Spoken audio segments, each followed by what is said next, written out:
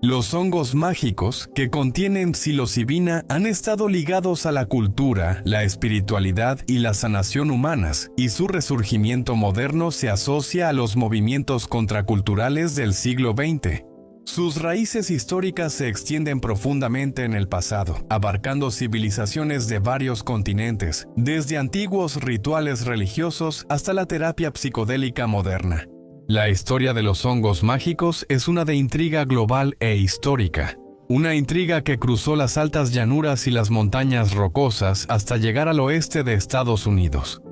Para aprender más sobre esta historia, Huellas de la Frontera presenta Vaqueros psicodélicos y la historia de los hongos mágicos en el Viejo Oeste.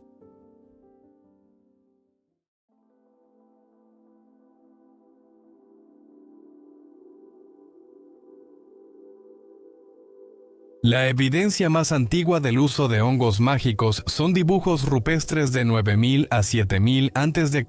hallados en Tosli, Argelia. Se pensaba que estos hongos alteraban la mente y cambiaban a las personas al usarlos. Pinturas rupestres cerca de Villar del Humo en España indican que la psilocibe hispánica participó en ceremonias espirituales hace 6000 años. Los hongos psilocib han sido usados por pueblos indígenas de Centroamérica para conexión religiosa, adivinación y sanación desde hace mucho tiempo.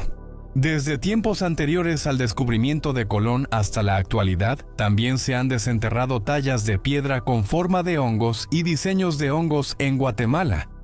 Cuautla de Ximenez, un pueblo aislado en las tierras altas de Oaxaca, México, sigue siendo símbolo de la conexión espiritual de los pueblos originarios. La comunidad mostraba su dedicación a los hongos alucinógenos en sitios de taxis, murales y ceremonias de sanación populares.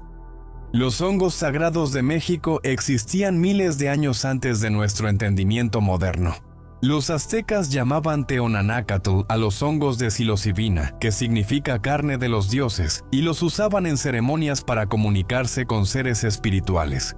Los líderes religiosos españoles y otros conquistadores sudamericanos en el siglo XVI se sorprendieron por estas prácticas, considerándolas impías, e intentaron detener su uso aún más después de la conquista española. Los sacerdotes cristianos combatieron las costumbres aztecas, llamándolos adoradores de falsos dioses. Prohibieron pronto el uso de plantas y hongos que alteran la mente y otras tradiciones precristianas, pues los europeos creían que estos hongos permitían a los pueblos nativos comunicarse con espíritus malignos, como el diablo y otras deidades paganas. Pese a la dura historia, el uso de la carne de los dioses persistió en regiones apartadas. Aunque se prohibieron los hongos mágicos, el conocimiento sobrevivió en grupos nativos, preservando sus ceremonias. A diferencia de México y Sudamérica, con abundante evidencia del uso prolongado de hongos alucinógenos, en otras regiones la historia es más incierta. Líderes espirituales siberianos, especialmente entre los Koryak, consumían Amanita muscaria como parte de sus rituales espirituales. Algunos pensaban que los efectos del hongo, como la sensación de volar y las conversaciones con dioses, podrían haber influido en las historias sobre Santa Claus y sus renos. En Europa, el registro histórico era menos claro. Los druidas, antiguos hombres sagrados celtas, quizá usaron hongos mágicos, pero aún faltan pruebas sólidas. La conquista romana y la expansión del cristianismo eliminaron mucho conocimiento nativo europeo. Por esto es difícil saber la importancia de los hongos alucinógenos en rituales antiguos. África y Australia también aportaron indicios sobre el uso temprano de hongos alucinógenos. El arte rupestre en el norte de África y España, de hace 6000 a 7000 años, mostraba figuras humanoides decoradas con lo que parecían hongos. Algunos investigadores dijeron que las imágenes mostraban viajes espirituales tempranos. Una pintura mural de 10.000 años en Australia ha sido citada como posible evidencia del uso de psilocibina por indígenas, aunque no hay pruebas generalizadas en sitios arqueológicos. Era improbable que los primeros recolectores, expertos en plantas, ignoraran el efecto alucinógeno de los hongos. Los científicos dicen que los hongos de psilocibina, presentes desde hace 75 millones de años, influyeron en sistemas nerviosos animales antes de que los humanos los descubrieran. Investigadores sugirieron que los hongos alucinógenos impulsaron el desarrollo cerebral en los primeros humanos. El siglo XX impuso una fuerte supresión al conocimiento psicodélico tras el auge de interés juvenil en los 60, impulsado por hallazgos de R. Gordon Wasson y figuras como Timothy Leary. Los gobiernos mundiales prohibieron los hongos de psilocibina. La lucha antidrogas en Estados Unidos prohibió casi todo y forzó la investigación sobre la mente a la clandestinidad por décadas. En años recientes, los hongos mágicos tuvieron un renacer. Los estudios médicos demostraron su potencial para ayudar a combatir la depresión, el trastorno de estrés postraumático y la adicción, lo que llevó a un cambio en la opinión pública. Oregón fue el primer estado de Estados Unidos en permitir la terapia con psilocibina. Jamaica y Países Bajos recibieron retiros de hongos. Figuras como músicos y escritores comparten abiertamente sus experiencias transformadoras con sustancias que alteran la mente, lo que impulsa su aceptación, aunque persiste un movimiento que busca devolver la psilocibina y los hongos al centro de la cultura estadounidense. La historia de los hongos mágicos en Estados Unidos se remonta mucho más atrás que el movimiento psicodélico de los años 60 y está más cerca de la época de una frontera occidental indómita.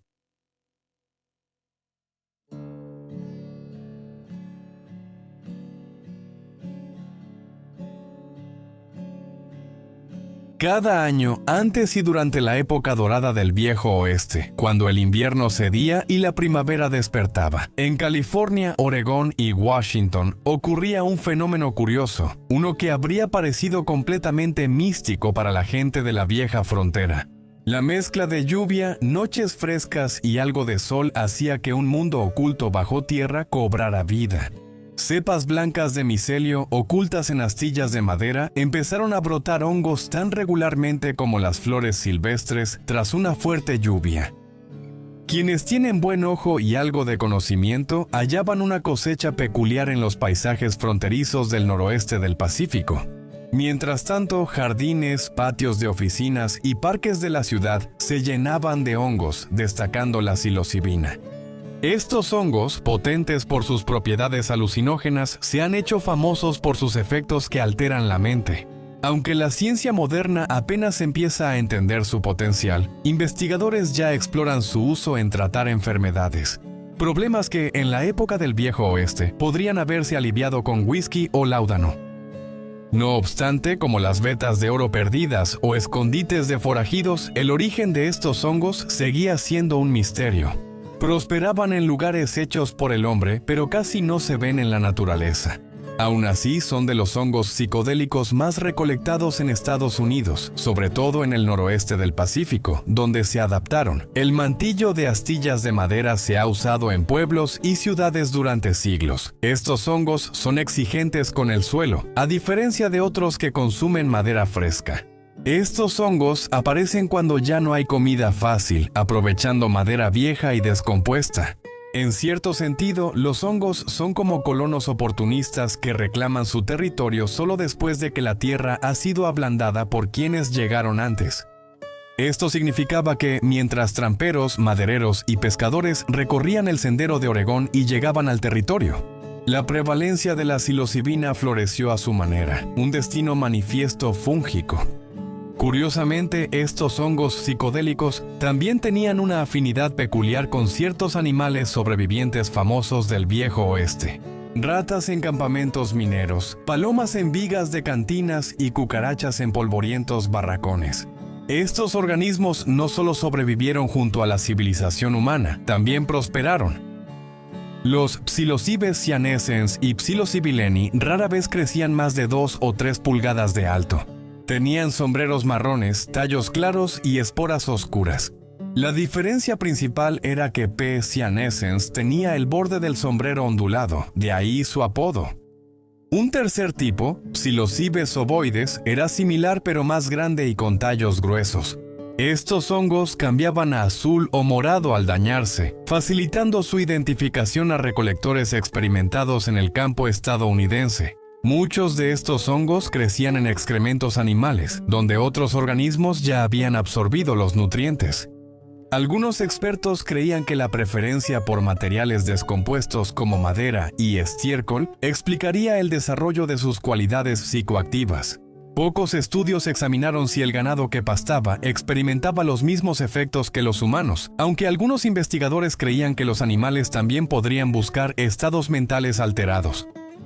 En Oregón y Washington, los Psilocybes cyanescens ovoides surgían en pastos costeros y arroyos, pero crecían sobre todo donde madereros esparcían astillas de madera. Más al sur, en California, estos hongos se hicieron casi totalmente dependientes de los asentamientos fronterizos, creciendo en jardines junto a caminos de servicio y donde hubiera mantillo fresco, ya fuera en un campamento minero o en una vivienda en el bosque.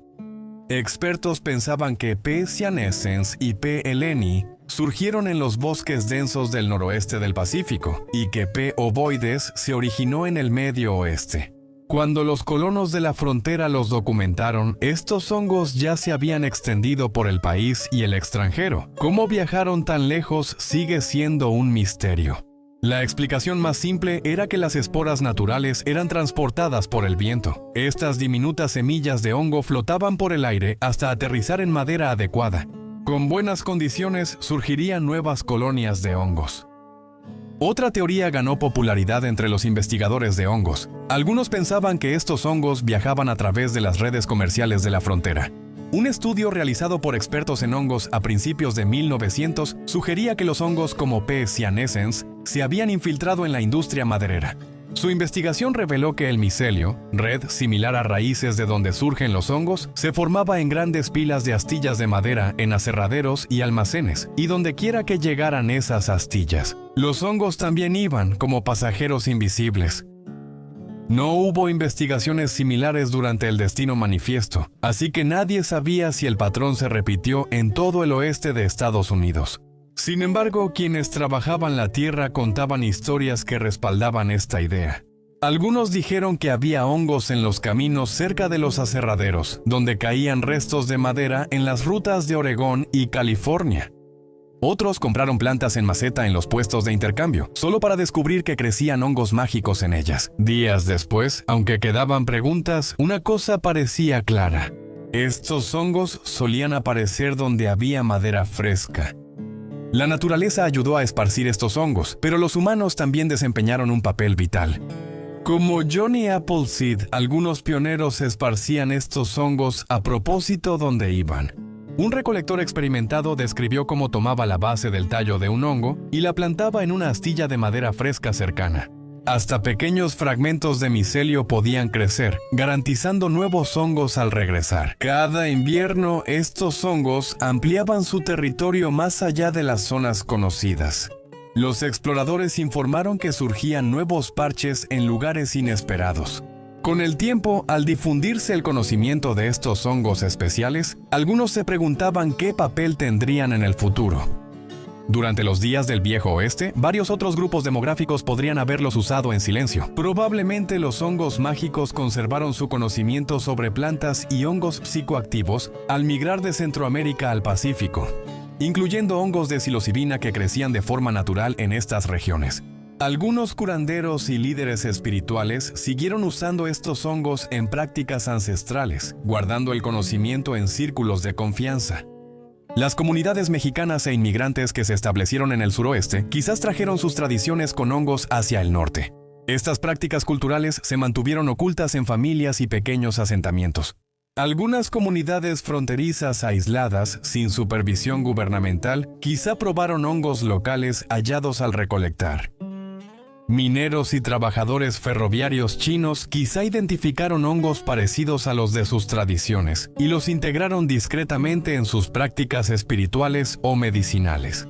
Colonos europeos con conocimientos sobre hongos probablemente identificaron y usaron hongos psicoactivos, especialmente de regiones con uso histórico de estos. El uso de hongos en la frontera fue en gran parte no registrado por varias razones importantes. La cultura estadounidense dominante desaprobaba el uso de sustancias que alteran la mente fuera del alcohol, tabaco y medicamentos patentados, aunque estos incluyeran sustancias hoy prohibidas como la heroína y la cocaína. Los usuarios sufrían rechazo social y posibles consecuencias legales al ser descubiertos. Aunque hoy parece muy hipócrita, los líderes religiosos y normas comunitarias llamaban esas prácticas brujería, paganismo o adoración al diablo. Esto llevó a los usuarios a guardar el secreto y transmitir el conocimiento oralmente, no por escrito. La mayoría de los usuarios de hongos probablemente tampoco tenían educación formal ni habilidades de escritura para documentar sus experiencias. Su conocimiento se transmitía a través de palabras habladas, canciones o referencias codificadas que desaparecían cuando sus comunidades se dispersaban o desaparecían. Funcionarios, académicos y exploradores del gobierno en la frontera solían ignorar, malinterpretar o borrar a propósito evidencia del uso de hongos en su misión de civilizar el oeste. Los pocos relatos escritos que pudieron haber existido probablemente fueron destruidos durante las campañas de supresión cultural o simplemente se perdieron con el tiempo. Las experiencias con hongos eran temporales y no dejaban pruebas físicas para los historiadores. A diferencia de campamentos mineros, rutas ganaderas o asentamientos de colonos, las ceremonias con hongos no dejaron ruinas ni artefactos para su descubrimiento. La mezcla de secreto, prejuicio cultural e historias orales perdidas generó un vacío histórico donde pudo haber uso de hongos en la frontera, pero esto quedó oculto para nuestra comprensión moderna. Aunque había pruebas dispersas que insinuaban su presencia en varias comunidades, el verdadero alcance de su uso permaneció oculto tras los muros de tradiciones perdidas.